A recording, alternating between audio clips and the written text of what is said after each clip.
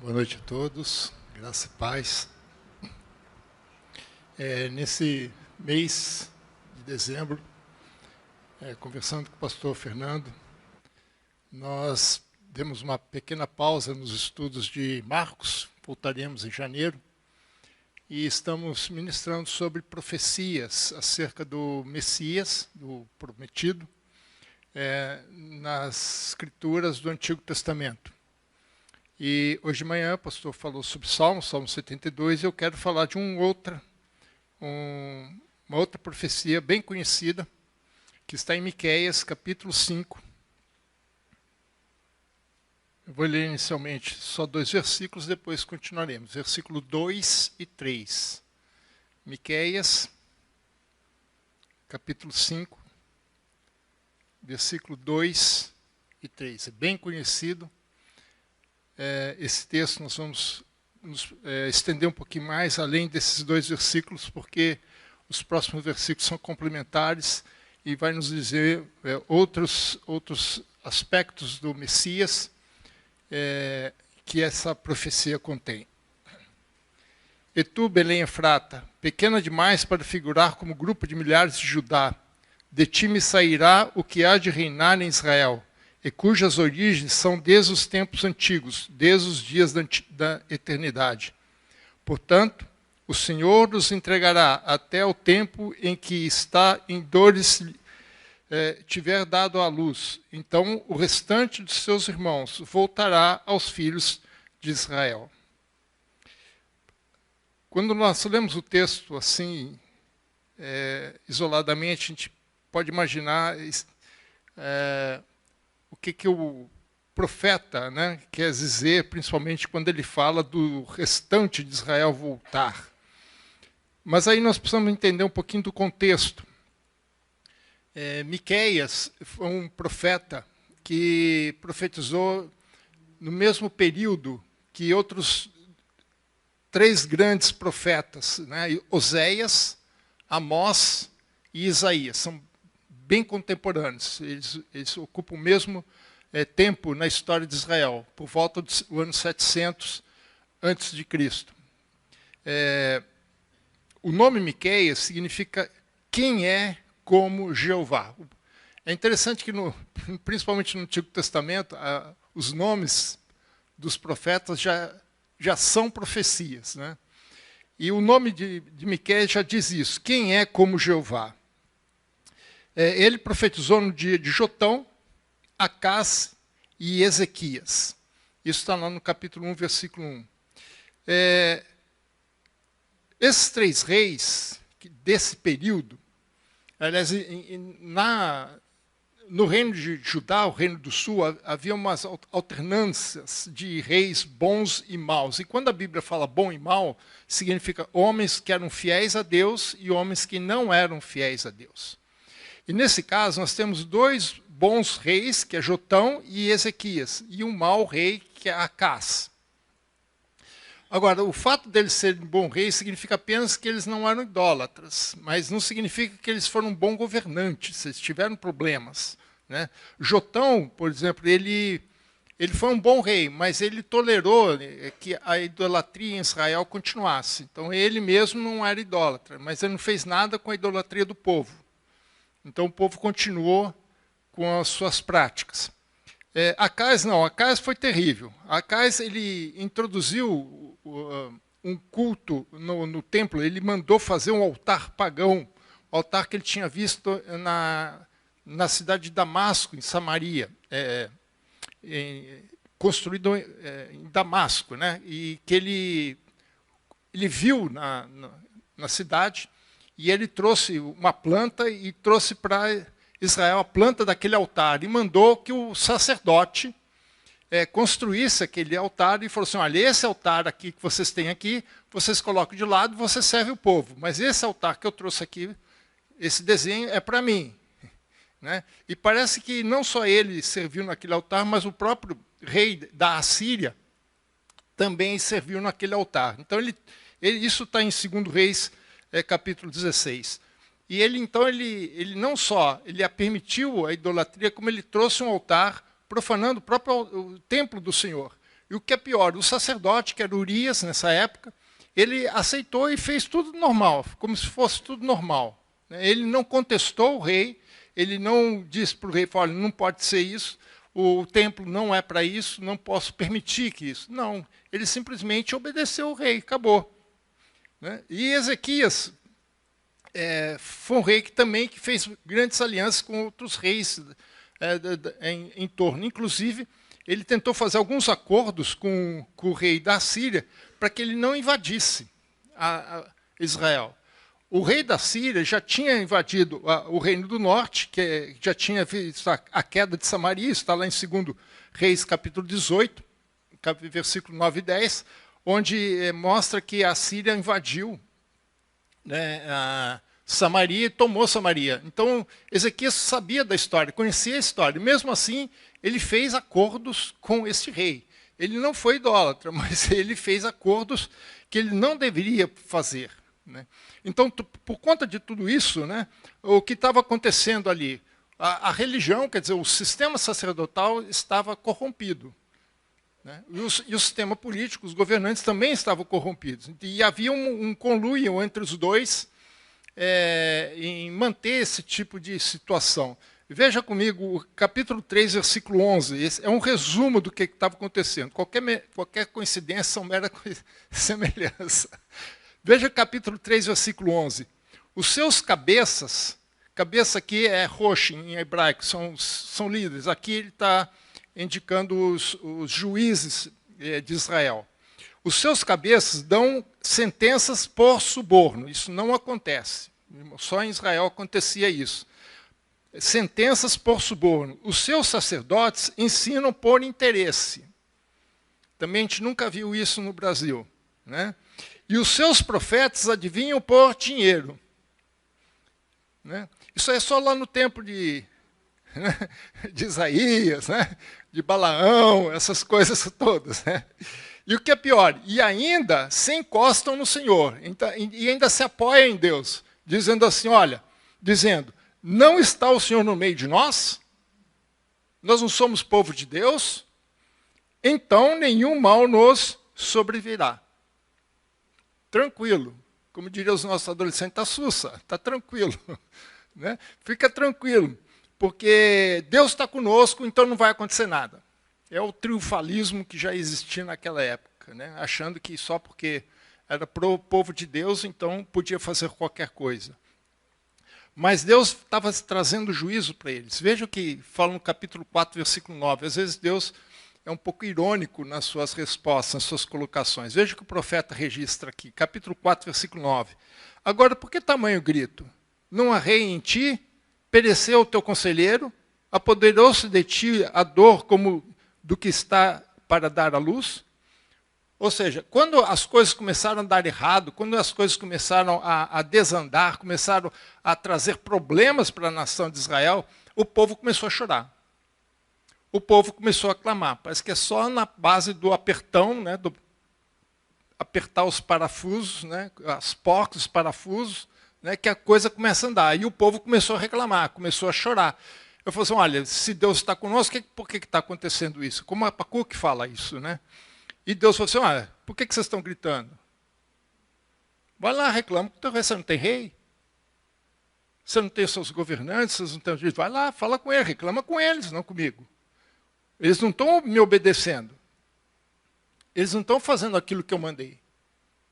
E Miqueias, nesse momento, esse é o pano de fundo do capítulo 5. Esse contexto todo de corrupção no meio do povo e da liderança de Israel.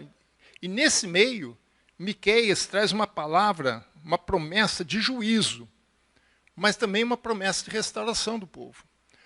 Nesse período, os profetas, as mensagens dos profetas eram sempre caracterizadas por 3 palavras. Uma palavra de acusação, mostrando o pecado do povo, mostrando o que estava acontecendo no meio do povo. Uma palavra de juízo, quer dizer, se o povo continuasse naquele caminho, qual era a sentença de Deus sobre eles, qual era a consequência que Deus traria sobre aquela nação. Mas sempre havia uma palavra de esperança, uma palavra de restauração. Caso vocês voltem, caso vocês se arrependam, eu tenho uma restauração para vocês.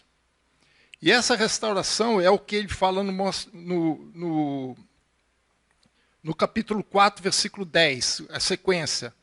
Ele diz assim: sofre dores e esforça-te, ó filha de Sião, como a que está para dar à luz, porque agora sairás da cidade e habitarás no campo, e virás até a Babilônia. Até aqui a palavra de juízo. O povo estava reclamando, o profeta estava mostrando o pecado do povo, a corrupção da nação, a corrupção dos líderes, tanto políticos quanto religiosos, dos sacerdotes e profetas, líderes espirituais, esse era o pior de todos. E ele falou assim: olha, o juízo contra vocês é que vocês vão sofrer. Como? Vocês não estão dizendo que Deus não está olhando nada? Eu vou mostrar para vocês que eu estou vendo. E eu vou tirar de vocês essa terra, eu vou te mandar lá para a Babilônia. Mas sempre tem uma palavra de esperança. Continuação. Porém, serás libertada, ali te remirá o Senhor das mãos dos teus inimigos. Ali, no meio do juízo meu sobre vocês, eu vou libertar vocês de tudo aquilo que está impedindo vocês andarem nos meus caminhos.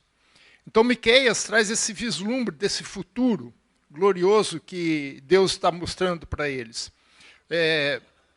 Para que Israel, o futuro glorioso para Israel, com a vinda de um príncipe, um novo governante, um novo líder sobre Israel, e que estabeleceria para sempre um reino de justiça e paz, contrário àquilo, tudo que estava acontecendo. Por isso que ele é bem paralelo a Isaías capítulo 9, versículo 1 a 7. Né? Não é à toa, porque são profetas do mesmo período. E nesse capítulo, ele traz 4 pontos importantes acerca desse príncipe. 4 características em relação a esse príncipe. A primeira é que ele é um rei, é um príncipe eterno. Veja que ele fala: e tu, Belém Efrata, pequena demais para figurar no grupo de milhares, de ti me sairá o que há de reinar em Israel, o novo rei, cujas origens dão desde os tempos antigos, desde os dias da eternidade. Aqui é interessante o seguinte: embora ele fale sobre eternidade, ele fala sobre Belém Efrata. Ele também fala que esse rei, apesar de eterno, é um rei humano. Não é nenhum daqueles que vieram logo depois desses reis, mas era alguém que viria com uma nova, um novo governo, né? uma nova posição em relação a Israel. E esse rei viria da cidade de Belém Efrata. Por que Belém Efrata? Porque ele está dizendo que esse rei seria da casa de Davi. Seria da casa de Davi. Belém Efrata, ela é uma cidade extremamente pequena até hoje. Ela não é uma cidade grande. Na Bíblia, ela tem duas passagens que são importantes que a Bíblia relata sobre ele.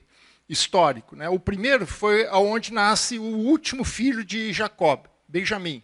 Quando ele volta de Harã, volta da casa do seu sogro Labão, ele volta para se encontrar com seu irmão e com seu pai, que estavam em Berseba, que é o sul de Israel.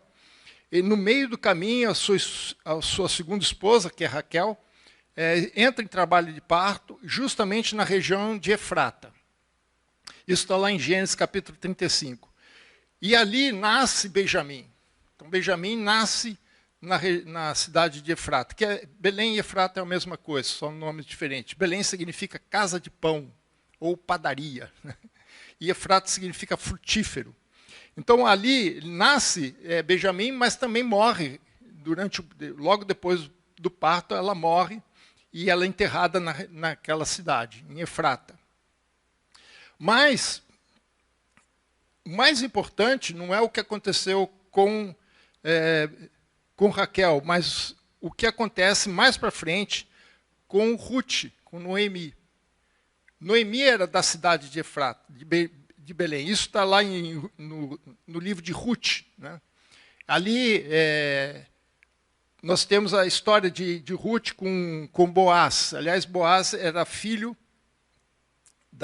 de Raabe, aquela mulher que ajudou Josué na entrada, na tomada de Jericó. Então, a Raabe, ela casa-se com um judeu, que é Salmão, se não me engano o nome dele, e ele tem um filho chamado Boaz. E Boaz casa com Ruth, né, moabita. E ali, em Efrata, por conta disso, é ali que nasce Davi. Né? Ali que nasce Davi. Isso está lá em Ruth capítulo 4, versículo 21 e 22, que é a genealogia de Davi. Aliás, o Ruth está ali registrado por conta de Davi, mostrando a origem de Davi. Então, o que o profeta está dizendo é que, assim como Davi vem de Efrata, vem de Belém, né, o novo Messias também viria. O novo rei de Israel também viria. Todos os reis, a partir da dinastia de Davi, eles nasceram ou em Hebrom, os 4 primeiros filhos de Davi nascem em Hebrom, e os demais nascem todos em Belém, em Jerusalém.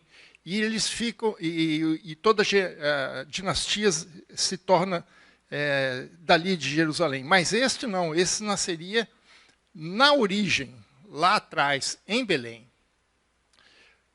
E Belém era uma cidade, como eu disse, era uma pequena cidade.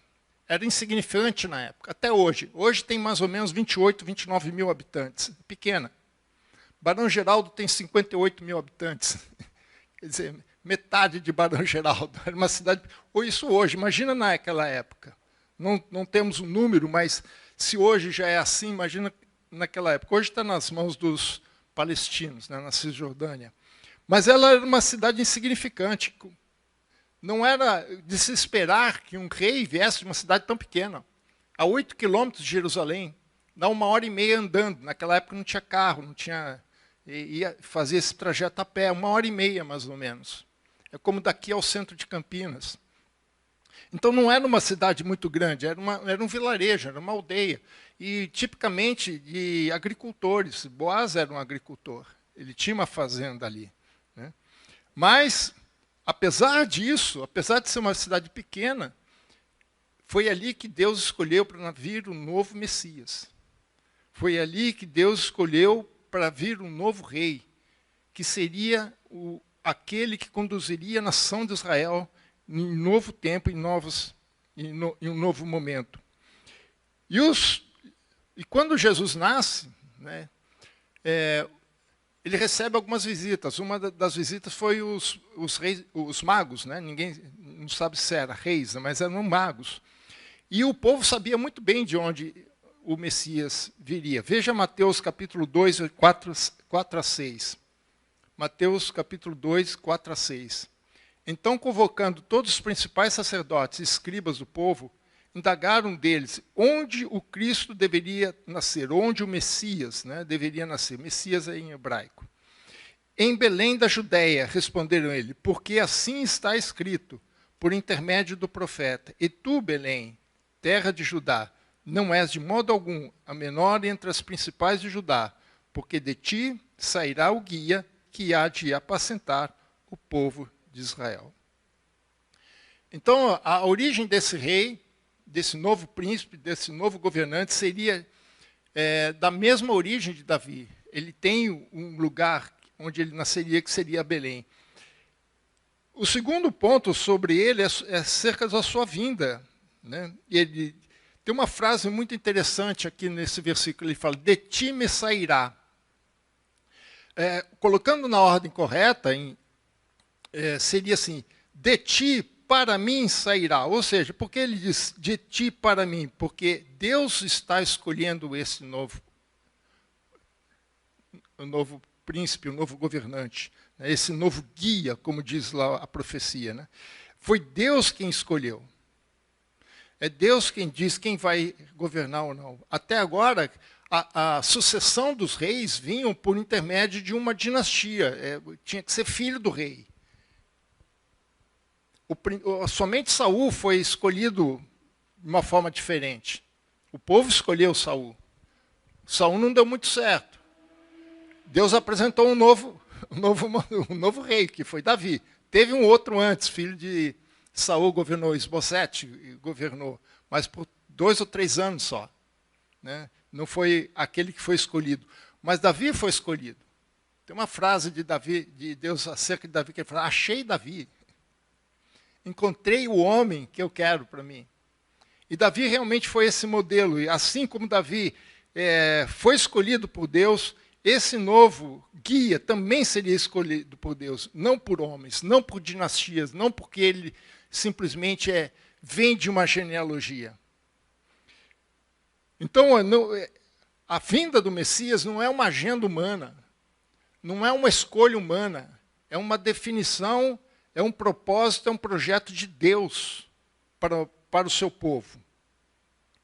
Veja que Paulo fala em Efésios capítulo 1, versículo 9 e 10. Desvendando-nos o mistério da sua vontade.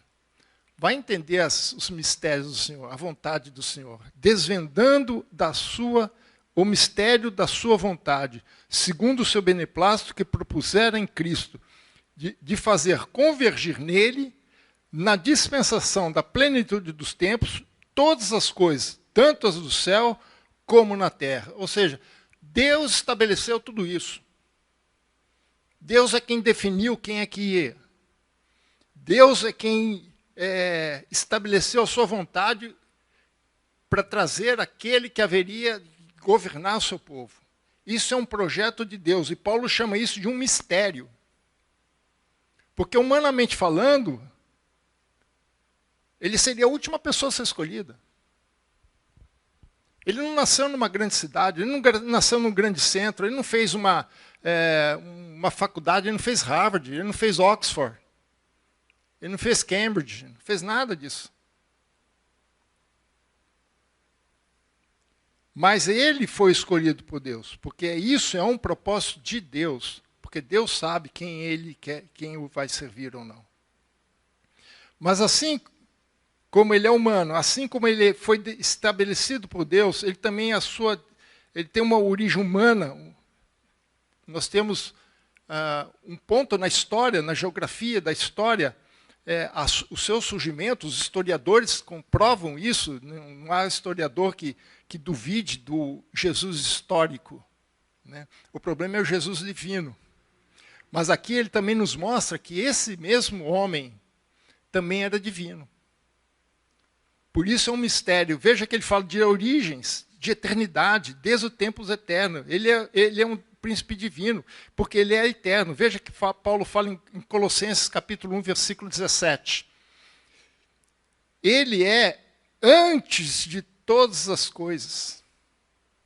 Antes da criação, antes de tudo. Nele tudo subsiste. Ele é antes de todas as coisas. Versículo 19, ele diz assim: porque aprove a Deus que nele residisse toda a plenitude, não apenas da divindade de Deus, mas também da humanidade. Jesus, olha que está escrito, irmãos, Jesus é plenamente Deus, mas ele também é plenamente humano. É o Deus que se faz carne, é um Deus que se entra na nossa humanidade, participa da nossa humanidade. Por isso que Paulo fala, grande é esse mistério. Veja que Paulo fala também, 2 Timóteo, capítulo 1, versículo 9.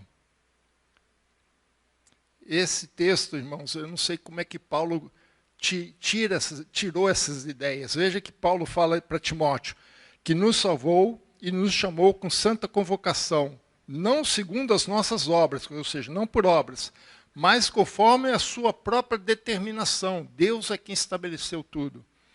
E graça que nos foi dada por Cristo Jesus, antes dos tempos eternos.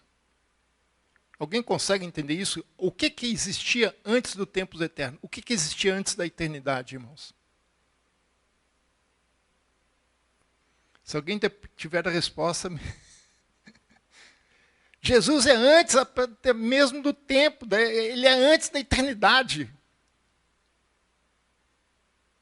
Como é que pode isso? Mas ele é, irmão, porque ele é Deus. Porque ele tem a plenitude da divindade, assim como ele tem a plenitude do homem. Assim como ele tem um ponto na história, onde ele surge na história, ele entra na vida humana, entra na nossa humanidade.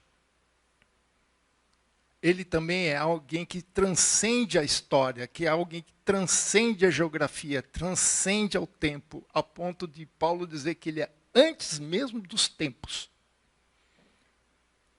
Grande é esse mistério, como Paulo fala. Portanto, ele foi estabelecido por Deus, definido por Deus, chamado por Deus para ser esse guia de Israel, esse guia do seu povo.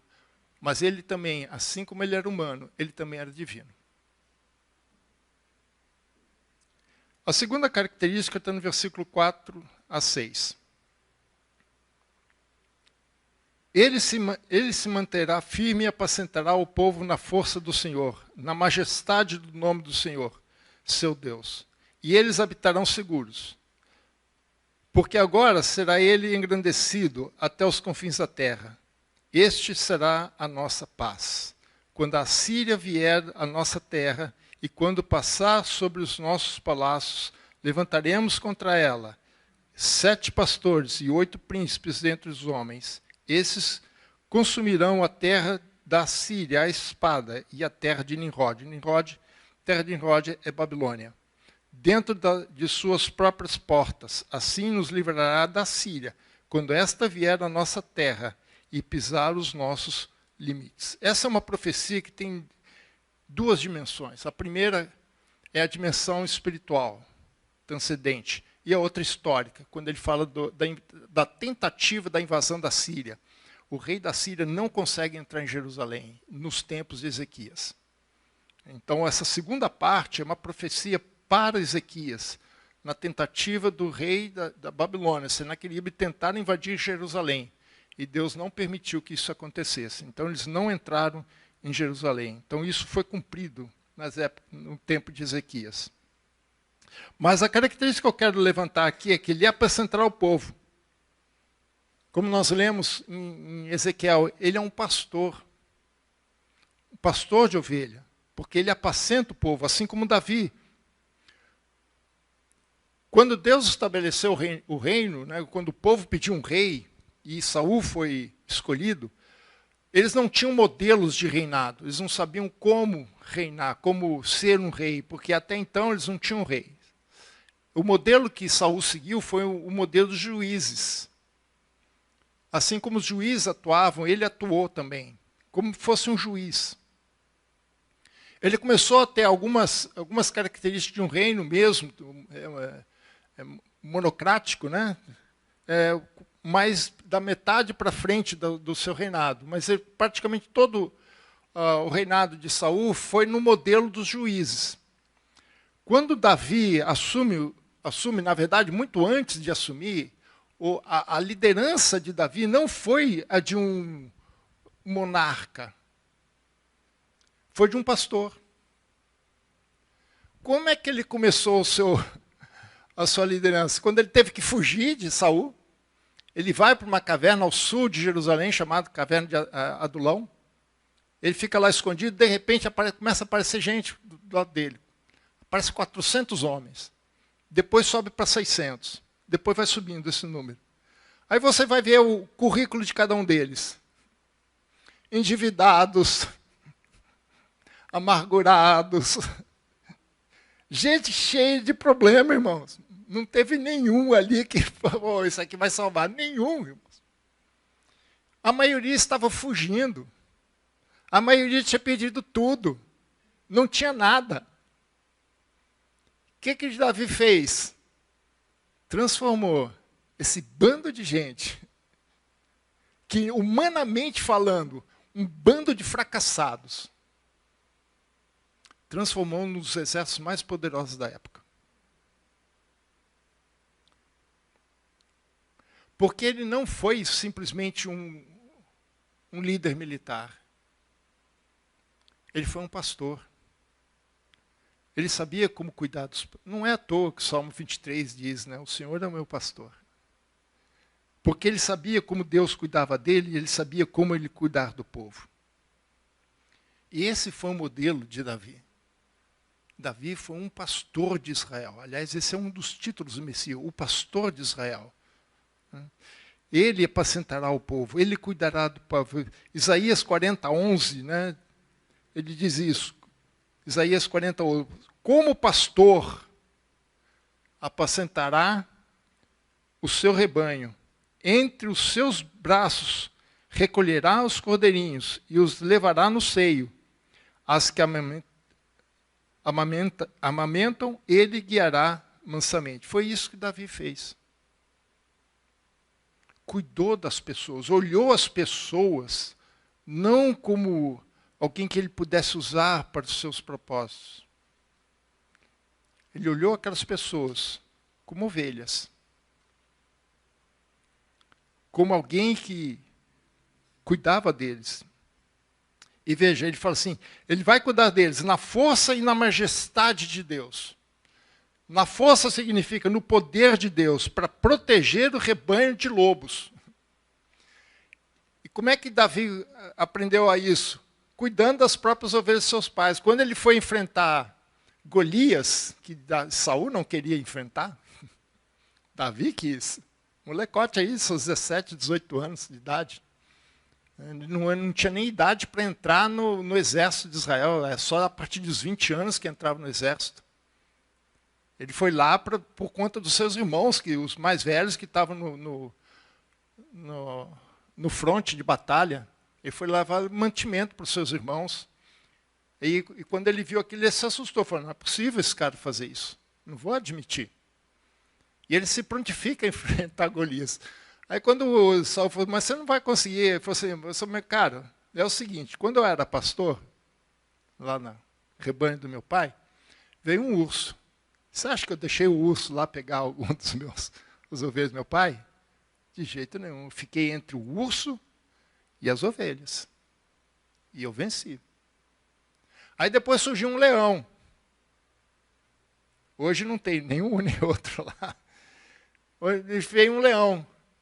Eu me coloquei na frente do rebanho. E protegi o rebanho. E matei o leão. Esse aí, para mim, não passa de um leão. Não passa de um... Só tem tamanho. Aliás, como diz o ditado, né? Quanto maior a altura, maior o tombo. Você vai ver. Para mim não faz diferença. Ele se colocou entre o rebanho de Deus, Israel, e aquele inimigo, aquele animal. Então ele vai proteger na força, ou seja, no poder, para proteger o povo de Israel. Mas ele também vai ser na majestade, né? Para quê? Para triunfar sobre os inimigos. Majestade é o poder de um rei. Então ele vai vencer na força e na majestade de Deus. Na força, poder para proteger o seu rebanho. Na majestade, para triunfar sobre os inimigos. Por isso que habitarão seguros. Debaixo do seu cuidado.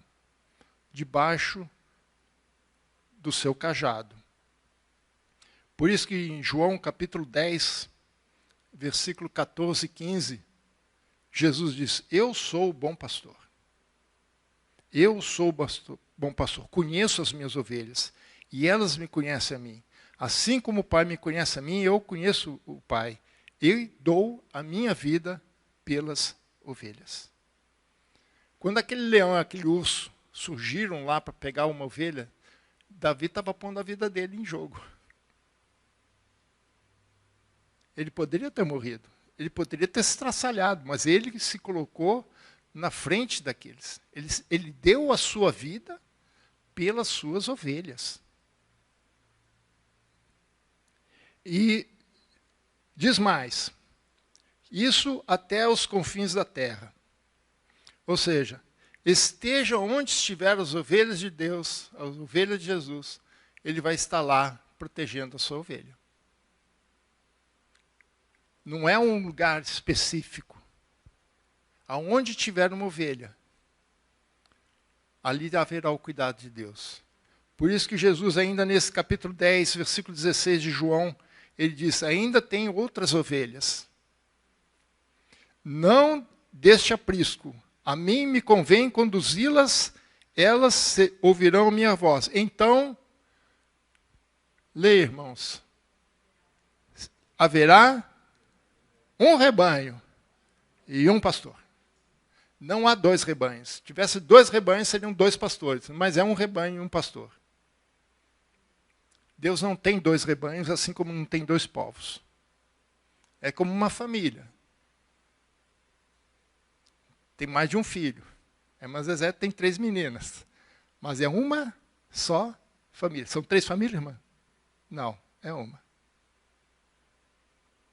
Assim como Deus também tem um só rebanho. Por isso que ele só precisa de um só pastor, que apacentará o seu povo. Mas para isso precisa conhecer a sua voz. E este será a nossa paz. Né? Ou seja, um reino mundial, até os confins da terra, seguro, está nos protegendo, pacífico, trará paz, né? E eterno, porque ele é eterno.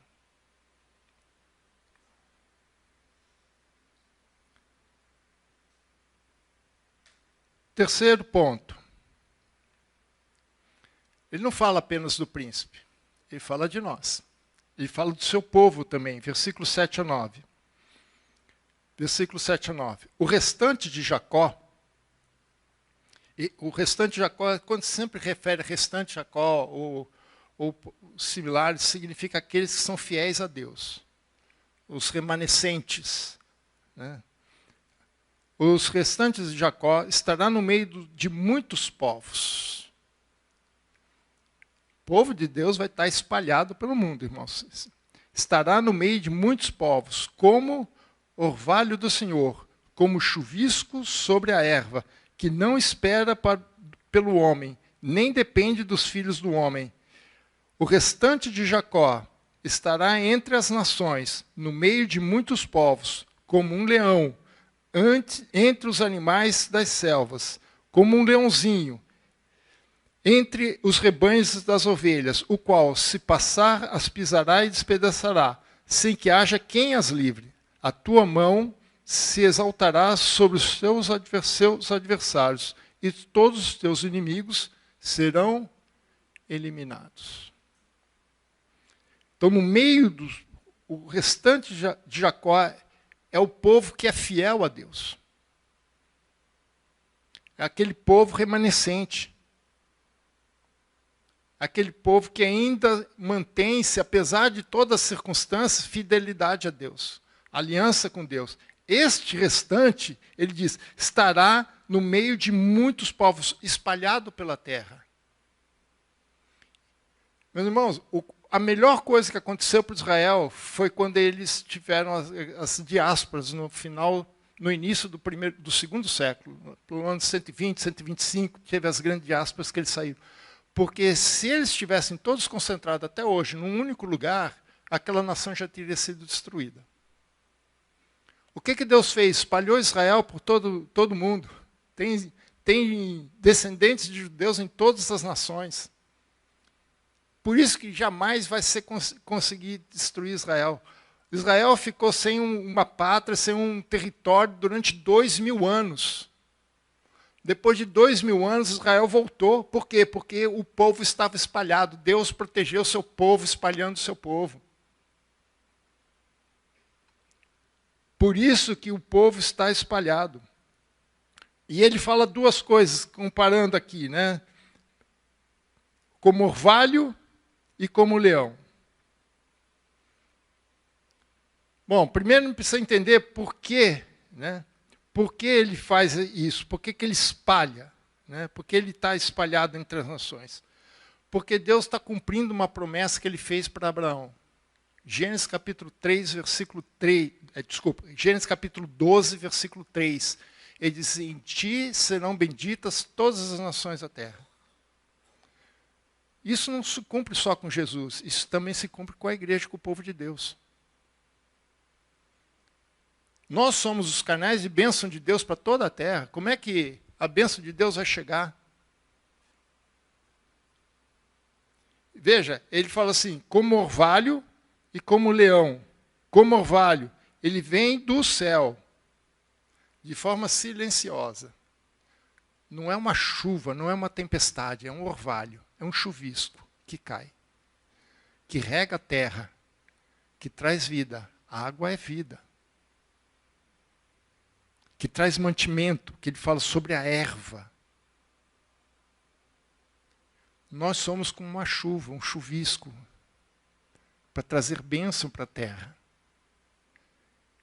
Para trazer dádiva de Deus de forma silenciosa. E ele diz, não depende do homem. A chuva não depende do homem. O orvalho cai independente do homem, se quiser ou não. Ela cai porque é um propósito de Deus para abençoar a terra. Você já imaginou como uma gota d'água para regar essa terra? Para trazer vida para a terra? Mas ele fala também como leão, prevalecendo sobre os inimigos entre as nações. Não importa onde esteja, não há restrição geográfica. Deus estará com o seu povo. O seu povo será usado por Deus para abençoar a terra, para sermos bênçãos sobre a terra. O leão, lembre-se que o leão é símbolo da tribo de Judá. Isso está lá em Gênesis capítulo 49, 9, né? Judá é um leãozinho. Por isso que Jesus é chamado leão da tribo de Judá, porque o leão é um símbolo, né, de Jesus, um símbolo de Judá.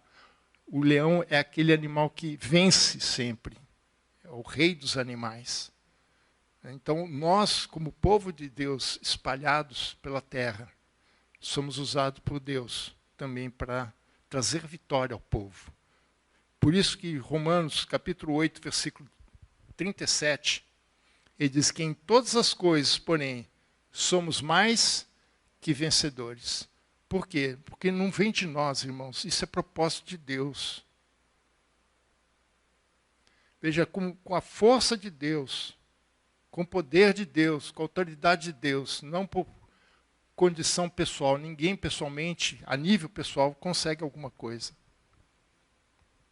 Por isso que ele fala, não depende do homem, depende só e tão somente de Deus.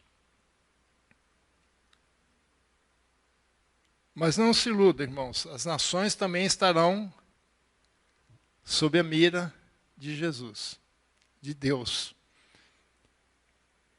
Quarto ponto, capítulo 5, versículo 10 a 14. O príncipe também fará justiça na terra. Capítulo 10, versículo 10. E sucederá naquele dia, diz o Senhor, que eu eliminarei do meio de ti os teus cavalos e destruirei os teus carros de guerra. Destruirei as cidades da tua terra e deitarei abaixo todas as tuas fortalezas. Eliminarei as feitiçarias das tuas mãos e não terás adivinhadores. Do meio de ti eliminarei as tuas imagens e esculturas e as tuas colunas, e tu não te inclinarás diante das obras de tuas mãos. Eliminarei do meio de ti os teus postes ídolos e destruirei as tuas cidades. Com ira e furor tomarei vingança sobre as nações que não me obedeceram. Então, irmãos, segura aí, porque a justiça de Deus vai chegar para as nações. Mas Deus sempre começa pelo seu povo. Não há como Deus fazer justiça no mundo sem antes fazer justiça no meio do seu povo. Não há como sermos usados por Deus sem que Deus não nos purifique. Deus não trate com o seu próprio povo. Por isso que ele fala constantemente, eliminarei do meio de ti. Ou seja, a justiça precede a paz. E o povo será purificado de todos os seus pecados. Lembra, irmãos, que o grande problema de Israel nesse momento é que eles estavam confiando muito nas suas capacidades, nos seus relacionamentos políticos com outras nações, com o seu poderio militar, com sua capacidade de guerra. E também tinha problemas na área espiritual, a liderança, né, dos sacerdotes e profetas estavam corrompidas. Então veja que ele fala, primeiramente, o que ele vai fazer? Ele vai destruir tudo aquilo que tira a confiança do povo em Deus.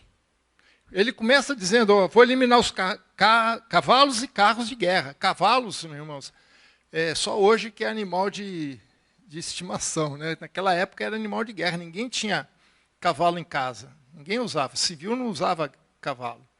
Por isso que tem carros, os carros eram puxados por cavalos na guerra, não era jegue. Imagina o carro de guerra ser conduzido por uma mula, não vai a lugar nenhum, ou por um carro de boi. O cara vai perder na primeira, né? Mas o cavalo ele é veloz, ele corre, né? Então eles eram usados apenas como como animais de guerra. E na lei dizia que o rei, quando assumisse, né, o rei ele não poderia ter muitos cavalos, porque ter muitos cavalos significa confiar no seu poderio bélico, na sua capacidade de guerra. E tiraria, então, a sua confiança de Deus. Então, quando ele fala que vai destruir os cavalos e os carros de guerra, ele está dizendo que ele vai substituir, que essas coisas substituíam a fé deles em Deus por aquilo que eles tinham. Então, Deus estaria tirando deles a base da sua fé e restaurando a fé deles em Deus. Falou assim, olha, não vai ser em carros, não vai ser em cavalos que você vai vencer, é comigo. Por isso que o salmista fala, uns confiam em carros e outros em cavaleiros, mas nós confiamos em Deus, porque não adianta você ter carro, não adianta você ter cavalos, pode ter o maior exército do mundo, se Deus não estiver do teu lado, irmãos, não adianta nada. Senaqueribe, quando invadiu lá com Ezequias, né, que foi nessa época, ele estava com uma multidão de soldados, com aliados, com animais de guerra e tudo. E Deus foi lá, mandou um anjo e acabou com todo mundo. Gideão também estava diante de um exército poderosíssimo, ele só estava com 300 homens, ele ganhou com 300 homens, um exército imenso, que a Bíblia diz que parecia areia do mar. Então não é número de cavalos, não é número de soldados que vence a guerra. Então o que Deus está dizendo aqui, olha, eu vou tirar tudo isso que vocês confiam, vocês acham que vocês podem ganhar com isso? Então eu vou acabar com tudo isso aí, vocês vão ver o que vai acontecer. Mas também ele fala dos postos ídolos, das feitiçarias, das imagens, da idolatria. A idolatria é a quebra da aliança com Deus. E essas idolatrias entraram na nação através das nações que havia ao lado. Conforme eles faziam esses acordos políticos e sociais com essas nações, às vezes comerciais também, eles acabavam introduzindo essas idolatrias dentro do povo. Veja que Levítico fala, capítulo 20, versículo 23, Levítico 20, 23, não andeis nos costumes da gente que eu lanço diante de vós, porque fizeram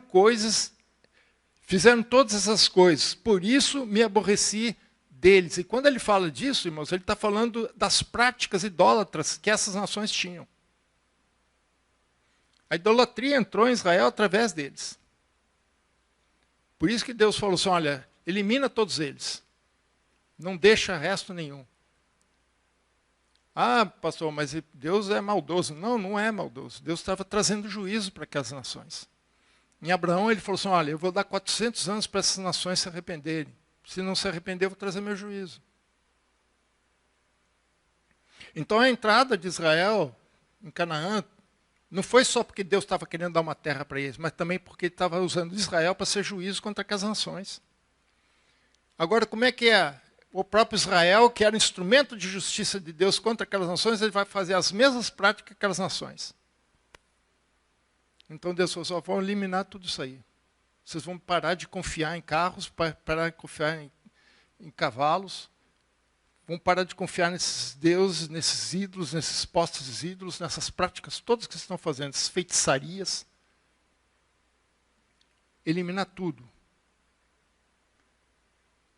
Porque contra isso, ele diz, tomarei vingança. Deus vai trazer um juízo sobre a terra, irmãos. Não sei quando, como. Eu sei que uma hora ou outra Deus vai explicar isso para nós, porque ele diz que ele não faz nada sem avisar o seu povo através dos profetas. A gente só precisa ficar atento. Mas Deus ainda vai trazer vingança. Veja que ele fala, contra as nações que não me obedeceram. E foi assim com a Síria, foi assim com a Babilônia, foi assim com Medo-Persas, com a Grécia, com Roma, com todos aqueles que não obedecerem a Deus. Todos aqueles que forem contra a vontade de Deus. Deus vai trazer juízo. Por isso, no capítulo 4, versículo 3, para terminar, irmãos,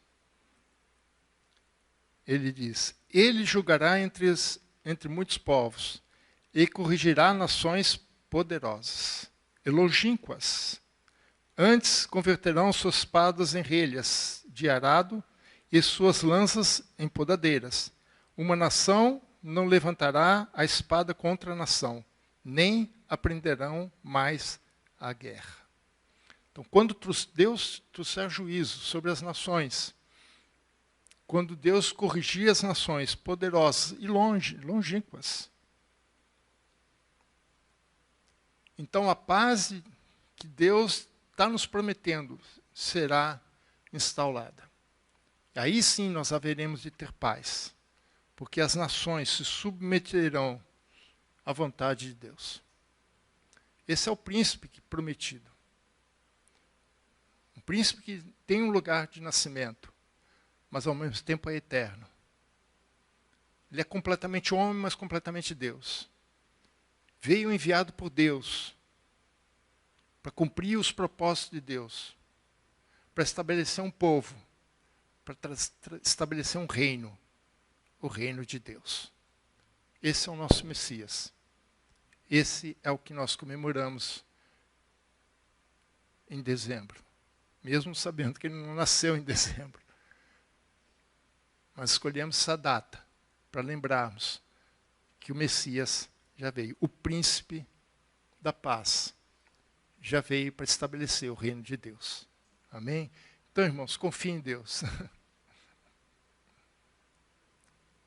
Confie em Deus. Israel estava passando por um momento difícil. O povo estava chorando, o povo estava reclamando por conta da situação que estava acontecendo. Mas Deus se levantou a favor do seu povo.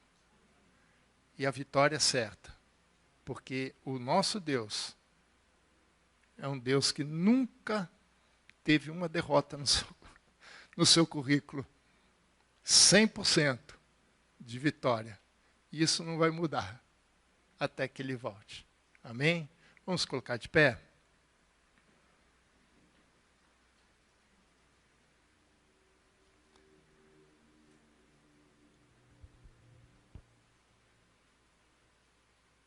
Nós temos passado aí por momentos críticos, né? Não sabemos o que vai acontecer. A gente escuta muita coisa, a gente tem muita esperança, né? Mas a gente não sabe realmente o que vai acontecer. Mas uma coisa eu sei, Deus continua no controle de todas as coisas, né? Deus convoca o seu povo para manter a sua fidelidade a Deus, apesar de todas as circunstâncias. Israel estava passando um momento dificílimo. A Síria era na época dessas profecias, era uma nação muito poderosa.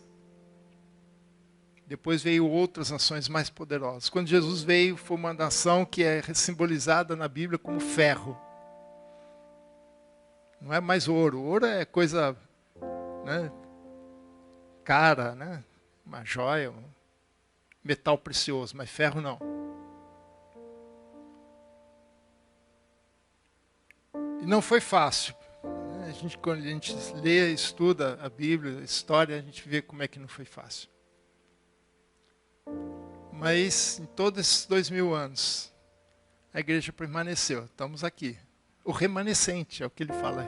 Aliás, é interessante, porque ele fala que o remanescente vai voltar, né? E esse era o nome do filho de Isaías. Esse era o nome dele.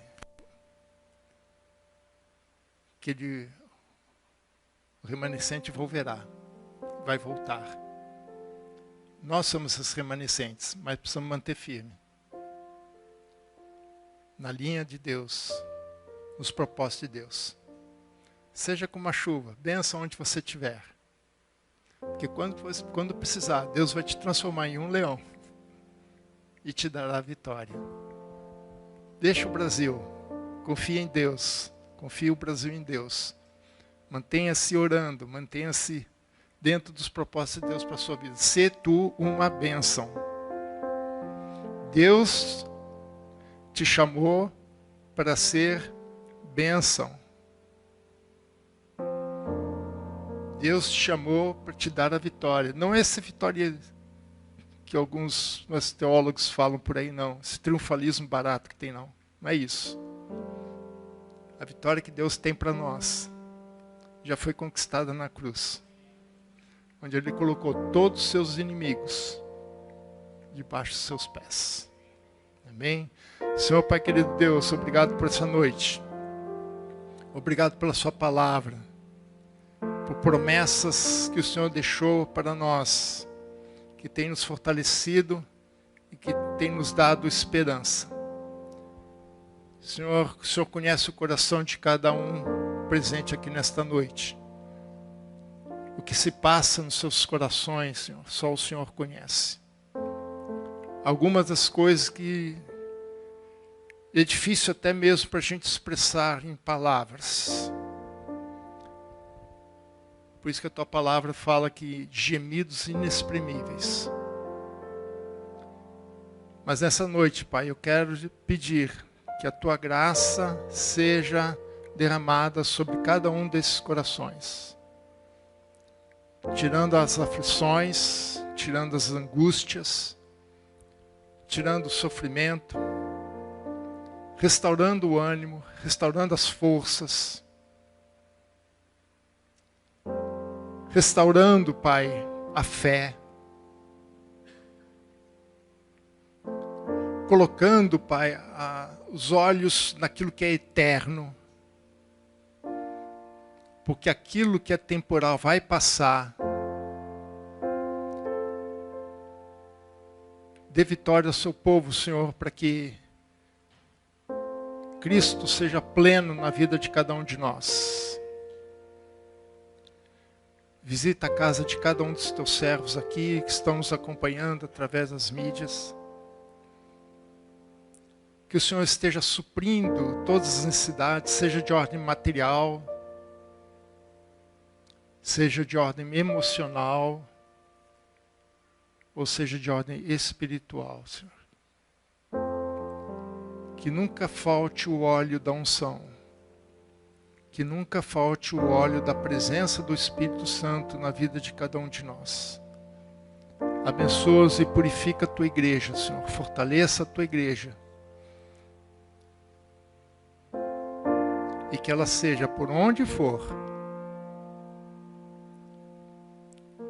esse chuvisco, Senhor. Esse orvalho sobre a terra, trazendo bênçãos para quem estiver ao nosso lado.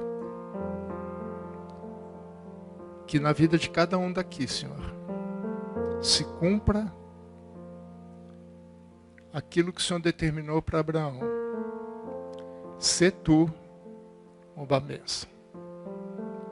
Que o Senhor te abençoe e te guarde. Que o Senhor faça resplandecer seu rosto sobre ti e tenha misericórdia de ti. Que o Senhor sobre ti levante o rosto e te dê a paz. Deus os abençoe, irmãos. Boa semana. Confie em Deus, que Ele está à frente de todas as coisas. Amém?